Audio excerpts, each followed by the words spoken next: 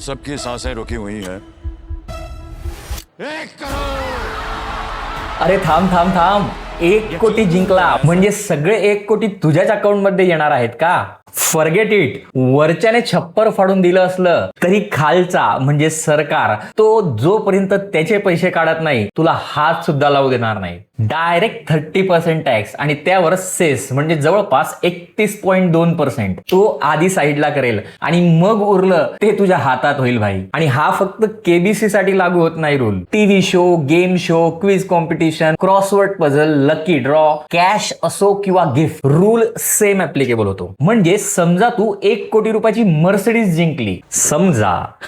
लोक म्हणतात भाई ड्रीम कार, आयुष्य सेट झालं तुझं. अरे सेट कसं होणार? त्या गाडीला जवळपास 31 लाख रुपयाचा टॅक्स भरावा लागणार आहे. आता ज्याच्या अकाउंट मध्ये 31 लाखच नाही तो टॅक्स कुठून भरणार? म्हणूनच अनेक वेळा विनरला सांगितलं जातं भाई कार घेऊ नकोस, त्याऐवजी कॅश सेटलमेंट करून टाक. किंवा त्या केसमध्ये कार विकली जाते, त्यातून टॅक्स ऍडजस्ट केला जातो आणि बॅलन्स जे पैसे उरतात ते त्या विनरला दिले जातात. आणि हा काही आजचा विषय नाही बरं, याच्यात पुन्हा बीजेपी आणि काँग्रेस आणू नका, कारण हा खूप पूर्वीपासून असलेला नियम आहे.